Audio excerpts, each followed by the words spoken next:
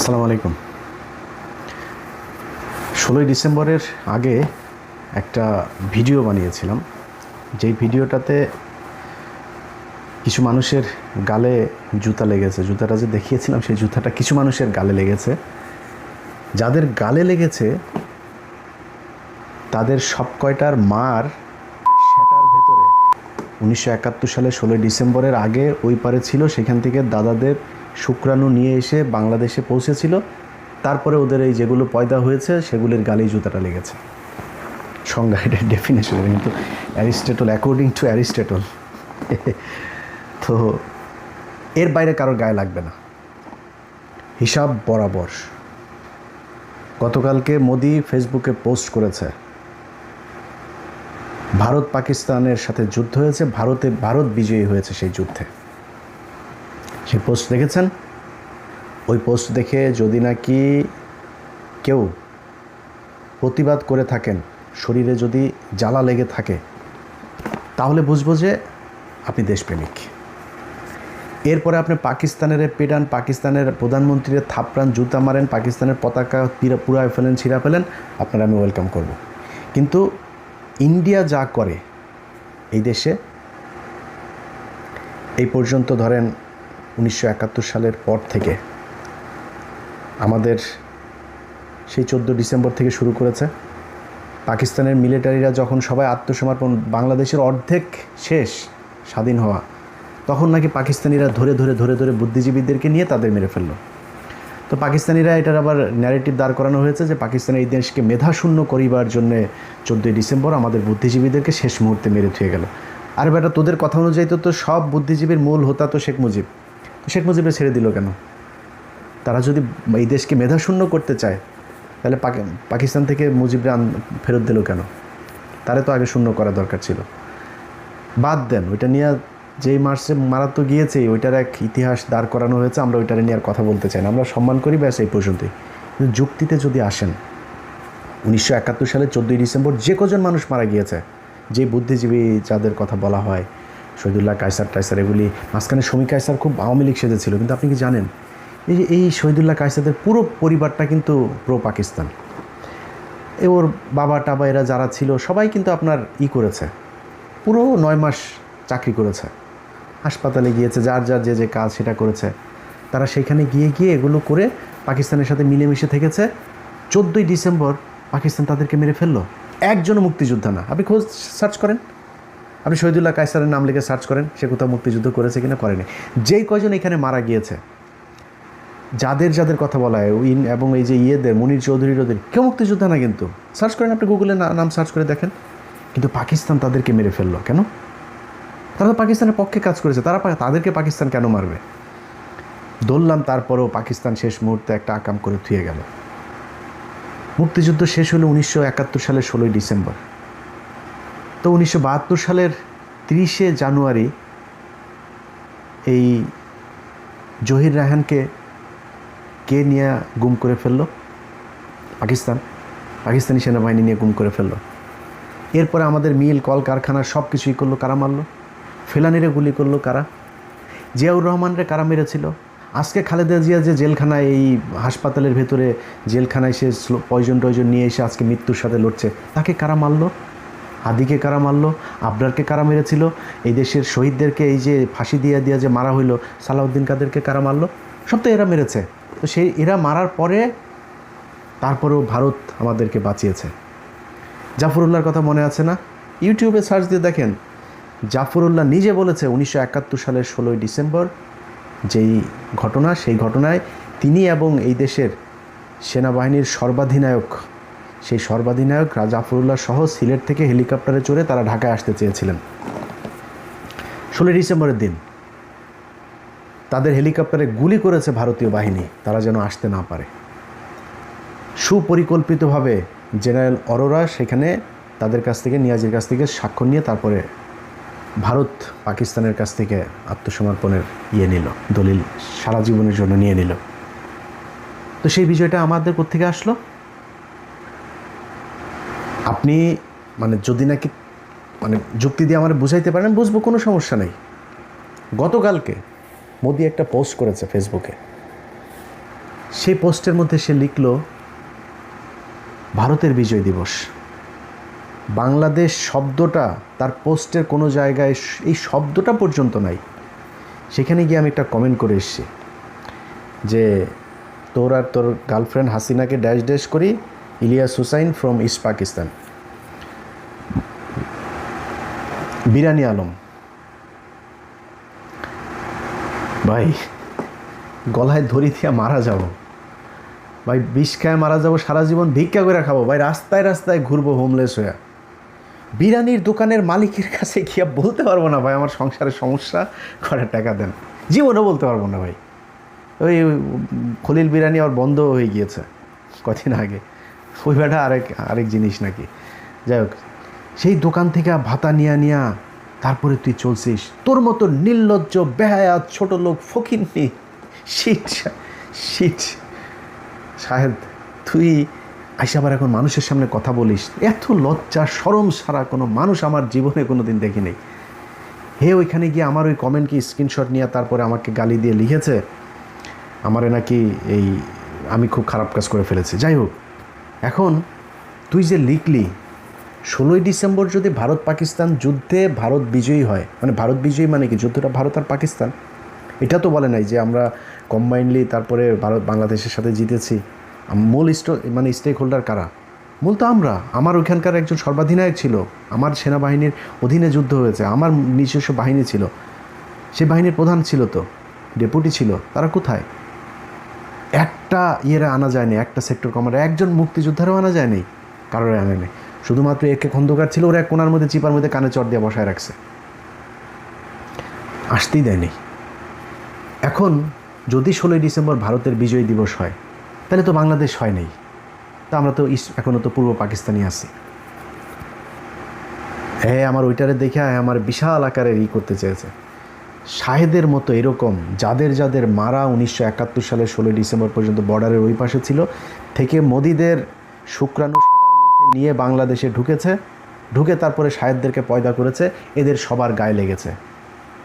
দেশপ্রেম শিখাইতে আসছো, আমাদেরকে দেশপ্রেম শিখাও, বাপের টাকা খরচ করে তারপরে দেশের প্রেম দেখাই। তুই ফকিন্নির বাচ্চা আমাদের কয় তোরা দেশে আসিস না কেন দেশে? তোর মতো ফকিন্নির বাচ্চা দেশে গিয়েও ধান্দাবাজি করে আসছিস।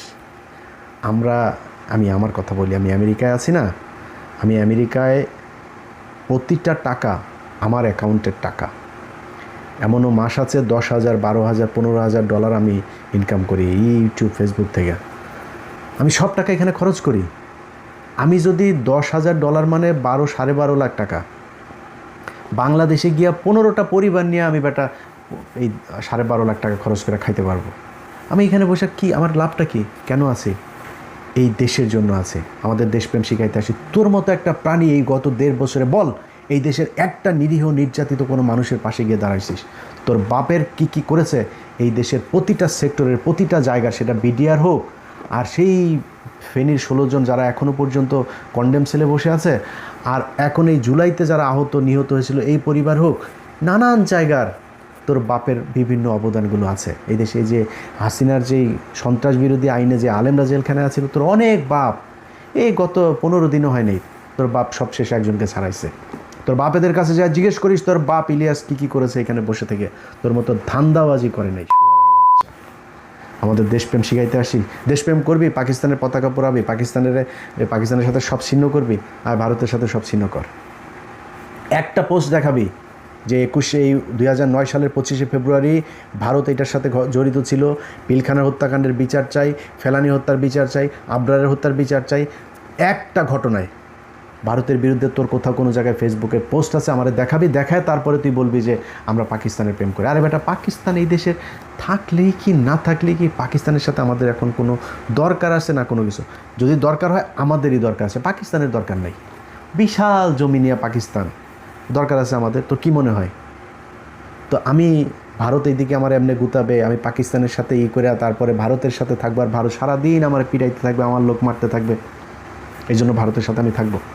এখন কথায় বলা যাবে না 16ই ডিসেম্বর 71। আরে বেটা, তুই যদি চাস, ওকে, কোনটা চাস আমার বোঝা, যে বাক স্বাধীনতা চাস, বাক স্বাধীনতা তো ওই দিন আমি যে বললাম যে জুতা দিয়ে পেটাবো, ওইটা তো আমার বাক স্বাধীনতা। আমি তো কারো নাম ধরি না, আমি তোদের নাম ধরছি কারো? তো তোদের মার যারে যারে দাদারা লাগিয়ে তারপরে তোদের পয়দা করছে, তোদের গায়ে লেগে গেছে, আমি কি করব? আমি 16ই ডিসেম্বর কেন বলেছি, কিসের জন্য বলেছি? 16ই ডিসেম্বর আমার বিজয় দিবস, কিন্তু সেই বিজয় দিবস ওই দিনই হাইজ্যাক হয়েছে। কে বলেছে? তোর আব্বা মেজর জলিল বলেছে যে 16ই ডিসেম্বরই আমার বিজয় হাইজ্যাক হয়েছে। এই বিজয় আবারও পুনরুদ্ধার করতে হবে। 5ই আগস্ট 2024 সালে সেই বিজয় পুনরুদ্ধার। আমার বিজয় দিবস 5ই আগস্ট, যেদিন ইন্ডিয়ান হাইকমিশনারকে তলব করে না বলতে পারবি যে তোরা রাষ্ট্রের প্রধান কেন টুইট করেছে, ফেসবুকে পোস্ট করেছে 16ই ডিসেম্বর তোদের বিজয় দিবস, এটা যেদিন ঘাট ধরে বলতে পারবি, সেদিন সেই বাংলাদেশে 16ই ডিসেম্বর পালন করব। এত দেশপ্রেম আমাদেরকে শিখাইতে আসে না। তারপরে সব বাদ দিয়ে আসেন একটা ডিলে আসি। ডিলটা কি? বাক স্বাধীনতা চান? যদি বাক স্বাধীনতা চান তাহলে মুক্তিযুদ্ধ নিয়ে কথা বলা যাবে, শেখ মুজিবরে নিয়ে কথা বলা যাবে, আমার সমালোচনা করতে আমি কথা বলতে পারবো কি হয়েছিল মুক্তিযুদ্ধে। 54-55 বছর, এই 55 বছরে এখনও পর্যন্ত কেন কতজন মুক্তিযোদ্ধা আমি হিসাব করতে পারি নাই? কেন কতজন যদি ধর্ষিত হয়ে থাকে সেই ইয়েটা করতে পারি না? এক একজন 20,000 টাকা করে মাসে প্রস্টিটিউটরা টাকা পাচ্ছে। এক এক প্রস্টিটিউটেই মানে নিজের বীরাঙ্গনা সাজায়, তারপরে 20,000 টাকা করে নেয় প্রতি মাসে। এই রাষ্ট্রের খরচ 24,000 কোটি টাকা এই মুক্তিযোদ্ধা মন্ত্রণালয়ের হিসাব অনুযায়ী, এই প্রস্টিটিউট আর এই যে ভুয়া মুক্তিযোদ্ধাদের পেছনে 24,000 কোটি টাকা। ভাই 2.5টা পদ্মা সেতু বানানো যাবে এটার একটা টাকা দিয়ে দিচ্ছি আমরা। আমি চাই যদি বেসিক্যালি আসলেই যারা যারা মুক্তিযোদ্ধা ছিল তো মতিউর রহমান, বীরশ্রেষ্ঠ মতিউর রহমান, নাম শুনেছেন না? তার বোন এইখানে থাকে, কয় ভাই রাষ্ট্রের কোনো প্রোগ্রামেও ডাকে না, আমার খোঁজও নেয় না, কিছুই না। বীরশ্রেষ্ঠ হামিদুর রহমান, কিছুদিন আগে তার এক বোন মারা গিয়েছে, চিকিৎসা না পেয়ে মারা গিয়েছে। মুক্তিযোদ্ধাদের অরিজিনাল যে মুক্তিযোদ্ধা ধুকে ধুকে মারা গিয়েছে, মেজর জলিলের মতো মুক্তিযোদ্ধা চিকিৎসা না পেয়ে পাকিস্তানে গিয়ে মারা গিয়েছে, জানেন? দেখেন মেজর জলিল জন্ম মৃত্যু উইকিপিডিয়া সার্চ দেন কোথায় মারা গিয়েছিল। পাকিস্তানে গিয়ে মরতে হয়েছে, ক্ষোভে দুঃখে কষ্টে 16ই ডিসেম্বরের পরে এই দেশে থাকতে পারে নাই। যদি মনে করেন ইয়েস আপনি এই করবেন, মুক্তিযোদ্ধাদেরকে সম্মান দিবেন, সম্মান দেন, কোনো সমস্যা নেই, মুক্তিযোদ্ধাদের নিয়ে কথাই বলা যাবে, তাহলে মেজর ডালিমরা 15ই আগস্টে যে কজন মুক্তিযোদ্ধা ওইটার সাথে অংশগ্রহণ করেছিল সবাই খেতাবপ্রাপ্ত, দেশে নিয়ে আসেন। আমি তো চাই মেজর ডালিম দেশে আসুক। আমি অরিজিনাল মুক্তিযোদ্ধা সবাই সম্মান করতে চাই, প্রচণ্ড সম্মান করতে চাই, ভালোবাসতে চাই। ভুয়া মুক্তিযোদ্ধাদেরকে না, ভুয়া মুক্তিযোদ্ধা জুতা দিয়ে পেটাইতে চাই। এটা এখনও বলবো, পরেও বলবো, সারা জীবন এইটাই বলবো। ভুয়া মুক্তি ভাই 52 বছর বয়সে আপনি কিসের মুক্তিযোদ্ধা হইলেন? 62 বছর বয়সে আপনি কিসের মুক্তিযোদ্ধা? এটা জবাব দিতে হবে। তো এখন আমরা এগুলি নিয়ে সারাদিন যদি নাকি আপনি করতে চান, ডিবেট করতে চান, করবো। সারা বাংলাদেশের যত ইতিহাসবিদ, যত মুক্তিযোদ্ধা, যত জ্ঞানে পণ্ডিত্য যা আছে সব মিলে একদিকে বসবে। আমি ইলিয়াস হুসাইন শুধু একা বসবো, আমার মুখ দিয়ে কোনো কথা বলবো না। আমার কাছে যেই কয়টা বই আছে আমি এই কয়টা বইয়ের পৃষ্ঠা ধরে ধরে এইভাবে দেখাবো, এই যে এই বইয়ের এত নম্বর পৃষ্ঠার ভেতরে এইটা লেখা, এই বইয়ের এত নম্বর পৃষ্ঠায় এইটা লেখা, এই বইগুলির ভেতরে। এবং লিখেছে কারা? আমরা না, এটা কোনো বিএনপি, জামাতের, আওয়ামী লীগ কারণ বই না, ওই মুক্তিযোদ্ধাদের বই, ওই সময়ের যারা জীবিত ছিল, ওই সময় যারা মুক্তিযুদ্ধের সবচাইতে বড় স্টেক হোল্ডার, তাদের কথা লিখব। তোর বাপ এই দেশে মুক্তিযোদ্ধা হত্যা শুরু করেছে। তোর বাপ এই দেশে মুক্তিযুদ্ধের সর্বাধিনায়ক যেই ব্যক্তি, এই জেনারেল ওসমানী, এই লোকটাকে মন্ত্রিসভা থেকে বের করে দিয়েছে, সংসদ থেকে বের করেছে, এরপরে তার গৃহবন্দী করেছে। তোর বাপ মাওলানা আব্দুল হামিদ খান ভাসানী, তোর বাপ যার পায়ে ধরে পড়ে থাকতো, সেই ব্যক্তিকে গৃহবন্দী করেছে, নিজের বইতে লিখেছে। তোর বাপ তাজউদ্দিনের কথা বলিস না, রয়্যাল এজেন্ট তাজউদ্দিন, এই শালা হলো সবচেয়ে বড় রয়্যাল এজেন্ট ছিল। এই শালারে সংসদ থেকে বের করেছে, মন্ত্রিসভা থেকে বের করেছে, ঘরের মধ্যে বন্দি করে রেখেছে, চারিদিকে গোয়েন্দা সংস্থার লোকজন করে। একদম ওর মেয়ে নিজে লিখছে এটা। ওই যে তাজউদ্দিন আহমেদ, নেতা ও পিতা, বই পড়িস, ওর মেয়ে নিজে লিখছে এটা। মাওলানা আব্দুল হামিদ খান ভাসানী নিজে লিখে গিয়েছেন, জেনারেল ওসমানী নিজে লিখে গিয়েছেন। তোর বাপ সব কয়টার করেছে। 15,000 মুক্তিযোদ্ধা তাদেরকে হত্যা করেছে। জাসদের উত্থান পতন, অস্থির সময়ের রাজনীতি, বই পরিষেব খুব ইন ডিটেল আছে। মুক্তিযুদ্ধের যে দলিলপত্র আছে না, ওইখানেও এগুলির বর্ণনা আছে, কীভাবে জাসদের লোকজনকে সারা দেশে মারা হয়েছে। তোর লাল বাহিনী, নীল বাহিনী, তোর মণি, যা এই যে এদের বাহিনীগুলো সর্বহারা কেন গঠিত হয়েছিল বাংলাদেশে, কিসের জন্য? তোর বাপ একলা, তোর বাপ যা বলবে সেটাই। তোর বাপ মুক্তিযোদ্ধা মারা শুরু করেছে, 15,000-ই মুক্তিযোদ্ধা। এই যে জাসদের যে 15,000কে মারা হয়েছে, 15,000ই মুক্তিযোদ্ধা। এই যে সিরাজ শিকদার থেকে শুরু করে যা যা আছে সব মুক্তিযোদ্ধা, বিশাল বিশাল মুক্তিযোদ্ধা। তোর বাপ মেরে দিয়ে গিয়েছে। সো মুক্তিযোদ্ধা নিয়ে ডিবেট করা যাবে না, মুক্তিযোদ্ধা নিয়ে কথাই বলা যাবে না। তাহলে ওদের ব্যাপারে কর, ওটার বিচার কর না। তাদেরকে নিয়ে কিছু বলা যাবে না, কিন্তু তারা আবার স্বাধীনতা চায়। কোথায় স্বাধীনতা চায়? রাসূল সাল্লাল্লাহু আলাইহি সাল্লামকে নিয়ে যা মনে চায় তাই বলবে, এটার স্বাধীনতা চায়। একজন বাউল আমার কোরআনের বিরুদ্ধে কথা বলছে, আল্লাহরে গালি দিচ্ছে, তার স্বাধীনতা চায়। যেই কয়টার মা এই 71 ওই পার থেকে দাদাদের প্রোডাকশন নিয়ে আসছে, এদের সব কটার এই পোলাপান, এগুলির অন্তরের ভেতরে ইন্ডিয়ার এটা। আর ইসলামের নাম শুনলে এদের পাশার মধ্যে আগুন ধরে যায়। এরা সব ক্ষেত্রে স্বাধীনতা চায়, খালি 71 নিয়ে কিছু বলা যাবে না। এটা পুরো prescription, written, directed, produced by India. বড় অঙ্কের টাকা দেওয়া হয়। এখন ইদানিং কয়েকটা আছে, এই যে বিকাশ তারেক একটা আছে, এ কি করে, কি ভিডিও করে, যাই করে, শেষে কয় বিকাশ আর নগদের নাম্বারটা দিলাম, কিছু টাকা দিন। এই কী সমস্যা রে ভাই? কয়দিন পরে ওর বউয়ের পায়জামার ইয়ের মধ্যে ঝুলায় রাখবে বিকাশ নাম্বার, লাগাও, দাও দাও, বিকাশ দাও, নগদ দাও। এই জাউরা 2 টাকা দিলে ওরে 2 টাকা দিয়ে অনেক কিছু করাইতে পারবেন। আমি অনেক টাকা দিয়েছি এরে, বহুত টাকা দিয়েছি এরে, মাঝখানে দেওয়া বন্ধ করে দিলাম, এখন আমি শত্রু। মাঝখানে এক প্রোগ্রামের জন্য টাকা চাইলো, ভাই এটার জন্য আমাকে, ভাই টাকা নাই, দেই নাই, শত্রু হয়ে গেলাম। এরপরে হইল গিয়া এই যে জামাতের বিশাল ইয়ে, আমার ফেসবুকে আছে দেখেন, বিশাল জামাতের পক্ষে সে গুণগান। জামাত বিকাশে টাকা দেওয়া বন্ধ করে দিয়েছে, এখন জামাত খারাপ। এইটারে 2-4 টাকা দিয়ে আপনি কিনতে পারবেন, যা মনে হচ্ছে। ওরা যদি কোন জুতার পিছে একটু কর, খালি বিকাশ নাম্বার, নগদ নাম্বারটা, কিছু টাকা ক্যাশ দিয়ে দেবেন, যাচ্ছি, তার কিছু লাগবে না, সব করাইতে পারবেন এর দিয়ে। এটা আছে বিরানি আলম, আরেক সাংবাদিক আছে এই যে মাসুদ কামাল, টেকনোক্রেট কোটার সাংবাদিক। এই যে টেকনোক্রেট কোটায় দেখেন না, এমপি না হয়ে মন্ত্রী হওয়া যায়, ও কোনো পত্রিকা টেলিভিশনে কাজ না করে সাংবাদিক, শুধুমাত্র 71 টিভিতে টকশো করে একজন ব্যক্তি সাংবাদিক হয়েছে। পৃথিবীতে এটা গিনিস বুকে লেখা দরকার যে তিনি হচ্ছে মাসুদ কামাল। এই মাসুদ কামাল পাঠা, তারা এখন আরেক পাঠা আছে, ওই যে ইটিভির আপনার প্রোডাকশন বয় ছিল মঞ্জুরুল আলম পান্না। এই বদমাইশ হচ্ছে কি করে, এ যায় বলে কি আপনার আনিস আলমগীর, তারে কেন ধরা যাবে, সাংবাদিক, এত বড় সাংবাদিক একজন, তারে ধরে ফেলা যাবে। কনক সারোয়ার সাংবাদিক হওয়ার কারণে তার বোনেরে ধরে নিয়ে গেছে। তুই শুয়ারের বাচ্চা একটা পোস্ট করেছিলি, তখন তুই কনক সারোয়ারের সমালোচনা করে পোস্ট করেছিস, আমার সমালোচনা করে পোস্ট করেছিস। তুই এখন যে বাইরে আসিস, এই তো তোর কপালের ভাগ্য। তুই 2 দিন পর পর খোঁচাখুচি করিস, সামনে তোর আবার জামিন ক্যান্সেল করানো হবে। পাইছিস কি? জামিন ক্যান্সেল হবে না, তোরে ম্যানুয়ালি শিক্ষা দেওয়া হবে। তোদেরকে এই দেশে আর মাস্তানি করতে দেওয়া যাবে না। এইখানে 2,500 মানুষের রক্তের উপর দাঁড়িয়ে বাংলাদেশের মানুষ এই মুহূর্তে। এখানে আওয়ামী লীগের পক্ষে যে কথা বলতে যাবে, আওয়ামী লীগের বিভিন্ন টকশো টেলিভিশন পত্রিকা সাংবাদিক কারা কাদেরকে ডাকছে, কী ডাকছে, সবই করা হবে। হঠাৎ করে টেলিভিশনের সামনে কিন্তু লোকজন হাজির হয়ে যাবে, তখন বলতে হবে না সরকারেরও আমরা দুচি না। এই হাদির ঘটনার পরে এই দেশে আওয়ামী লীগকে চরম শাস্তি দিতে হবে, চরম শিক্ষা দিতে হবে। ওদেরকে এই দেশের রাজনীতি, ওদের নিরাপদে বাংলাদেশে থাকতে দেওয়া যাবে না। হাদির যদি কিছু হয়ে যায়, বাংলাদেশে সেদিন কারবালা হয়ে যাবে, কারবালা। এটার জন্য যা প্রস্তুতি নেওয়া দরকার নেওয়া হচ্ছে। এদেরকে শান্তিতে থাকতে দেওয়া যাবে না। যদি সরকার ওইখানে বাধা দিতে আসে, যেটা করা দরকার সেটা করা হবে।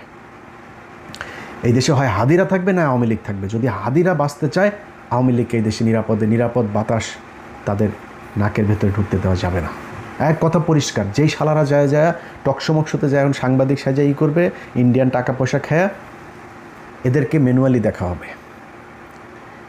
কেমনে দেখা হবে এটা এই সপ্তাহ থেকেই দেখতে পারবি। কথাবার্তা বলবি, বাইরে যায় সাবধানে। টেলিভিশন পত্রিকাগুলো যারা কিনে এই জাউরামিগুলো করতে সুযোগ করে দিচ্ছেন, তাদের ব্যাপারেও কিন্তু নোট রাখা হচ্ছে। সো খুব সাবধান। যাই হোক, ভিডিও শেষ করছি। যেই কথাটা বলতে চাই সেটা হচ্ছে যে আমরা ভারতও না, পাকিস্তানও না। আমাদের সাথে থাকতে হইলে আমার স্বার্থ আগে দেখতে হবে, তারপরে তার স্বার্থ। আজকে জগন্নাথে পাকিস্তানের পতাকা করতে চায়, পাড়াইতে চায়, যেন পতাকা আঁকছিল। আরেক দল গিয়ে আবার তাদের প্যাদা নিয়ে দিয়েছে। প্রথম আলো বিশাল নিউজ করে ফেলেছে। এক স্যার গিয়ে, প্রক্টর স্যার বলেছেন যে পাকিস্তানের সাথে আমাদের ফয়সালা হয়ে গিয়ে, পাকিস্তানের সাথে আমাদের ফয়সালা হয়ে গিয়েছে। পাকিস্তান 4 বার ক্ষমা চেয়েছে। পাকিস্তানের সাথে আমাদের আর কি কিছু আছে নাকি? কিছু পাইলে চান যে আমরা এই পাই চান, না হলে শেষ তাদের সাথে আমাদের সম্পর্ক। ভালো তারা চাইলে হবে, না চাইলে হবে না, আমার দরকার নাই তো। এখন পাকিস্তানের পতাকা টানাইতে হবে, পা টানাইতে পারেন, কোনো সমস্যা নেই। পাকিস্তান আমার কি, ইন্ডিয়াটা আগে করতে হবে। পাকিস্তানে কেন করবেন? পাকিস্তান কয় হাজার মানুষ মেরেছে, পাকিস্তান আমাদের দেশে মানুষের সাথে খুব খারাপ কাজ করেছে। 1971 সালে আমরা তার কাছ থেকে স্বাধীন হয়ে গিয়েছি, তাদেরকে এই দেশ থেকে বের করে দিয়েছি। তো ভারত তো এখন করছে সেগুলো। ভারতের পতাকা টানান, পাশে দিয়ে ভারতেরটা লাগান, পারাক পোলাপান, কোনো সমস্যা নেই। এগুলি হইল গিয়ে এদের মারা সব দোচা নিয়ে এসেছে 1971 সালে। ওদের মার ওইখানে যে হাত দেন, এখন ওই দাদাদের ওই সিটে ফোটা ওগুলি পাওয়া যাবে। ওগুলির কুরকুরানিতে ওরা এগুলি করে, ইন্ডিয়া টাকা পয়সা দেয়। আর নিজের আব্বার একটা আছে না, জেমসের গানের মতো, যে কালকে পোস্টে লিখেছে যে তো রক্তের সাথে রক্তের টান, স্বার্থের অনেক ঊর্ধ্বে। ওরা স্বার্থ ছাড়াও করে, স্বার্থ নিয়েও করে, টাকা পয়সা নিয়ে করে, টাকা পয়সা ছাড়াও করে। কারণ ওদের রক্তের ভেতরেই দাদাদের মাল, ওর মাল ওইটার মধ্যে ঢুকানো আছে। সেই কারণে ওরা এত প্যানের করে কথাবার্তা বলবি। সরি ফর ল্যাঙ্গুয়েজ, মানে যে কোনো সময় সরি বলতে কোনো সমস্যা নেই ভাই, কিন্তু অনেক মানুষের ভিডিও দেখা তারপরে এই ভিডিওর সামনে বসি। আপনি যত ঠান্ডা মাথায় বলতে পারেন না, আমি কিন্তু অত ঠান্ডা মাথায় বলতে পারবো না। অনেকের জবাব দিতে হয়, ওদের মারে আপনি সাউয়ার মধ্যে না দিলে আমারে যেগুলি বলছে সেটা জবাব তো দেওয়া যাবে না। এই সুশীল হইলে আবার জবাব দিতে পারবো না, এখানে খুব বেশি সুশীল হই না ভাই, একটু সাউয়া ভাঙা থাকি, এই পর্যন্তই থাকি। এর চেয়ে বেশি হয়ে গেলে এগুলোর জবাব ঠিকমতো দেওয়া যাবে না, যে কারণে জবাবগুলো দেই। তারপরেও আমার সুধীজন, আমার শুভাকাঙ্ক্ষী, সম্মানিত মানুষ যারা আছে তাদের কাছে অনুরোধ, মাপ চাই আপনাদেরকে কষ্ট দেওয়ার জন্য। এই সাময়িক কষ্ট দিচ্ছি, ওদের যেদিন কিনা ঠান্ডা করতে পারবো তারপরে ইনশাল্লাহ এই ধরনের মাথা আর গরম করব না। আস্তে আস্তে ঠান্ডা হয়ে যাব, অনেক ঠান্ডা হয়ে গেছে না, আরও ঠান্ডা হয়ে যাব, টেনশন করেন না। আপাতত দেশটা আমরা সবার কাছ থেকে স্বাধীন করতে চাই। সেই 16ই ডিসেম্বর নিয়ে বা বিজয় দিবস নিয়ে কথা বলেছিলাম, আমাদেরকে দেশপ্রেম শিখাইতে আসেন না। 16ই ডিসেম্বর বাল দিবস না 26শে মার্চ বাল দিবস, এই বাল দিবস এগুলো আমাদের মুখের কথা, এটা মনের কথা না ভাই। এই মনের ভিতরে দেশপ্রেম কতটুকু আছে, জীবনে কত কষ্ট সহ্য করে, কত মানসিক টর্চার সহ্য করে এই দেশকে ভালোবেসেছি, সেটা একমাত্র নিজেই বলতে পারবো।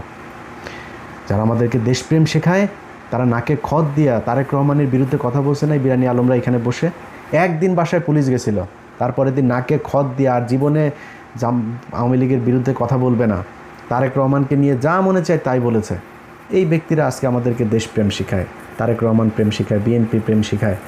আমরা এগুলির পরীক্ষা দিয়ে আসছি ভাই, আজকে আর কালকে না। সেই 2014 সালের 5 জানুয়ারি নির্বাচন থেকে শুরু করে দেশে থাকতেও পরীক্ষা দিয়েছি, এইখানে এসেও পরীক্ষা দিয়েছি, এখনও দিচ্ছি, মৃত্যুর আগের দিন পর্যন্ত।